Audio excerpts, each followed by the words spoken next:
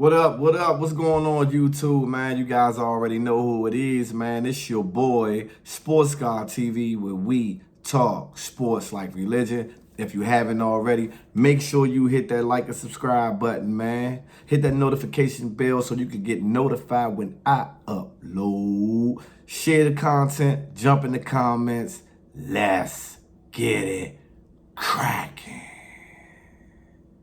Yes, sir, man. So week number 7 is in the books, and Lord, Lord, I did horrible when it comes to the picks that I made.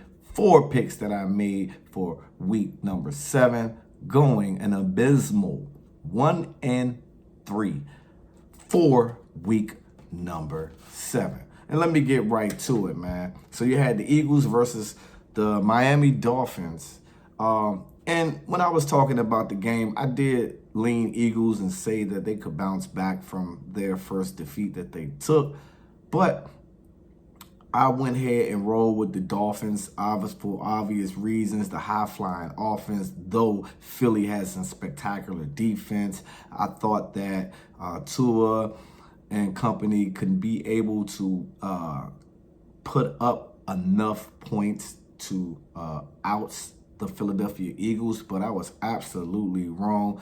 Jalen Hurts looked very, very good. Swift, I mean, his first few games, obviously, with the Philadelphia Eagles, man, he's a weapon. And then, I mean, come on, man. What more can you say about A.J. Brown? This guy's a stud, an absolute beast right now at the wide receiver position. And Philly went ahead and took care of business, took care of home field, took care of the city of brotherly love, 31-17 over the Miami Dolphins.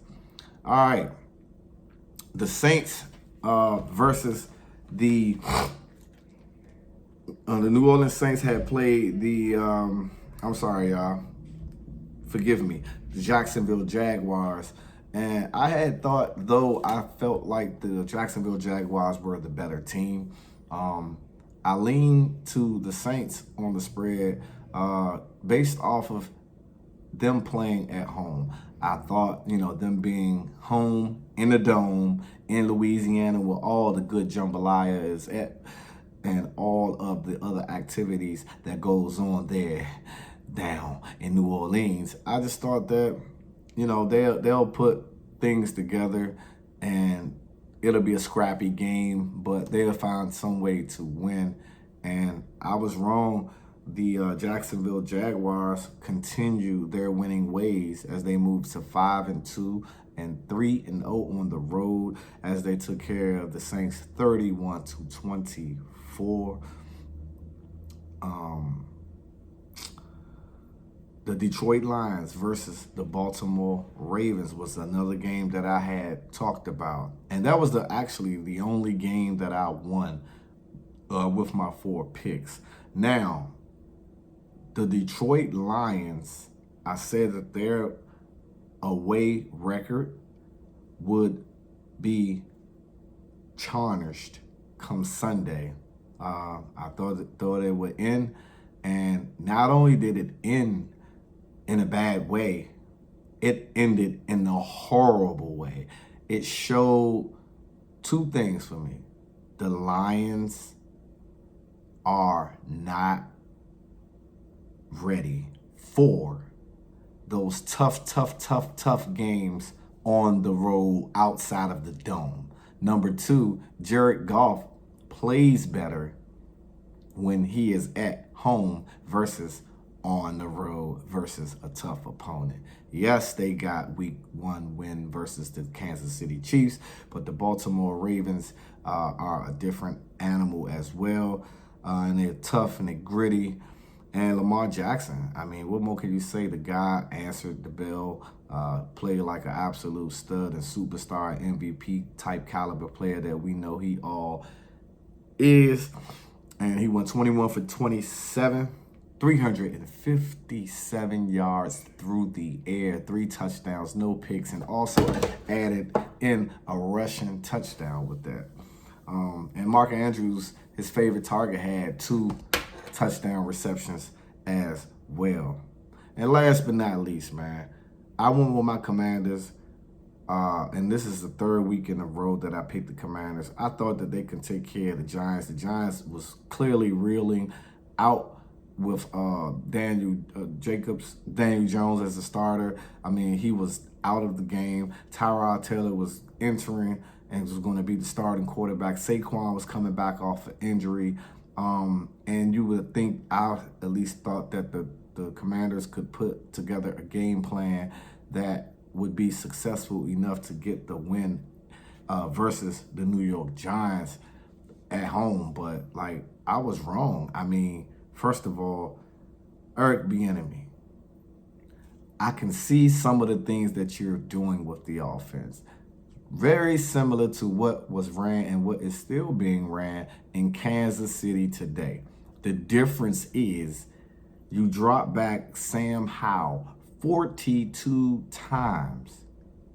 Let's make this clear. Sam Howell is no Patrick Mahomes. That's number one. Let's get that out the way. You rushed the football 19 times. I mean, you got 3 good backs. You got Gibson, you got Brian Robinson Jr., and then you got Rodriguez back there as well. I'm not understanding. The score was only 14-7. So being down 7-0, being down 14-0, whatever the case may be, it doesn't hit the panic button to the point where as though you drop Sam Howell back 42 times. I mean, the offensive line is horrific. They are horrible. Sam Howell, yes, he has a tendency of holding on the ball too long, but at the same time, he is running for his life. You have to mix. We need a little bit more balance. I'm not really heavy on balance. Hey, man, if the pass is working, pass the damn football. If the run is working, run the damn football. It's just that simple. But when the team knows, the defense knows that you're going to just continue to drop back and they can tee off on you, that they will. And that defensive coordinator was very aggressive. He blitzed. And it seemed like that though max protection was there, in some cases, some running backs or tight ends may have chipped on, potential blitzes and things of that nature, but it wasn't enough. And then the offense is spread it apart on the run game. What's up with a 2-back set? What's up with double tight ends to get extra, an extra push up front so those running backs can hit the creases? Just thoughts. But disappointing loss by the Washington Commanders. Moving forward to week number 8, starting off with the Thursday game, as you guys already know how I do. You got the Tampa Bay Buccaneers versus the Buffalo Bills. Tampa Bay has a 2-0 away from home record. Buffalo is 3-1 at the house. They at the crib.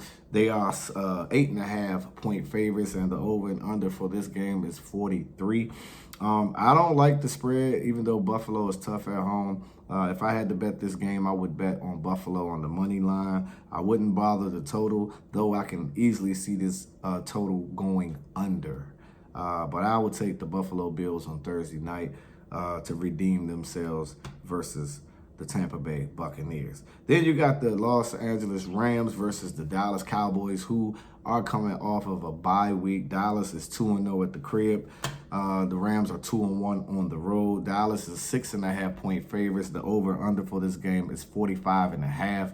I like Dallas in this game. I think Dallas does enough at home. Having that bye week, having enough time to implement more things in their game plan to get on the same page. They also took, a tough loss as well. But I expect them guys to rebound. The spread, I do like the 6.5-point spread, and also take a look at the over in this game. I can see a lot of points being scored, though Dallas has a ferocious defense. Next game up, the 5-2 Jacksonville Jaguars versus the Pittsburgh Steelers. Jacksonville is 3-0 on the road. Pittsburgh is 2-1 at the crib. Jacksonville is a 2.5-point favorite, and the over and under for this game is 42 even. I like Pittsburgh to win this game at home. Jacksonville has been on the roll. I think that roll stops there in Pittsburgh. I think the Steelers defense is a very aggressive unit. It seems Kenny Pickett and company are starting to gel a little bit. Najee Harris had his best game, I believe, of the season. I think if they can control the clock offensively, get some first downs, obviously get some touchdowns and sustain some good drives to give their defense enough rest, I think that Pittsburgh has enough to take this game at home at the crib. And then the Browns versus the Seattle Seahawks. The Browns are 4-2, and the Seahawks echo the same record at 4-2. Cleveland has only played 2 road games. They are 1-1 at the crib. Seattle is 2-1 at home. Seattle is a 3.5 point favorite, and the over and under is 38.5. The Browns come in with the number 1 ranked defense overall, and the Browns defense is the reason why they won last week versus the Indianapolis Colts. Myles Garrett is a stud, is for surely playing lights out. Seattle at home. When I think of Seattle, I think of their record at home. I believe they get the job done. Do I like the 3.5 point spread? Yeah. If it was 3, I would lean more Steelers. But the total seems about right, considering the fact that both defenses are really good and create turnovers. So I would look more so not the side, but more so on the total, potentially going under. If Deshaun Watson plays Sunday, then maybe I would look at the over. And then last but not least, the 6-1 Philadelphia Eagles coming to my home, coming to DC, coming to Landover to play the Commanders. The Eagles are 6-1, 3-1 on the road. Commanders are 3-4 and 1-2 at the crib. The Eagles are a 6.5 point favorite, and the over and under is 43.5. We know that Commanders will get up for this game. The Eagles are rolling right at the moment, and I expect them to continue to roll. I like the 6.5 point spread, though it's a divisional game. I just think the Eagles are too much. I think the Commanders are starting to collapse at the very moment. Hey, if the Commanders end up losing this game, I can see during the bye that the new ownership makes a change. Maybe Ron Rivera does not make it throughout the season, but we do know that Ron Rivera's teams, at least since he's been here in DC, they start off slow, they finish strong. Let's see if that continues. It's your boy, Sports Guy TV, where we talk sports like religion, and I'm out. Till the next time.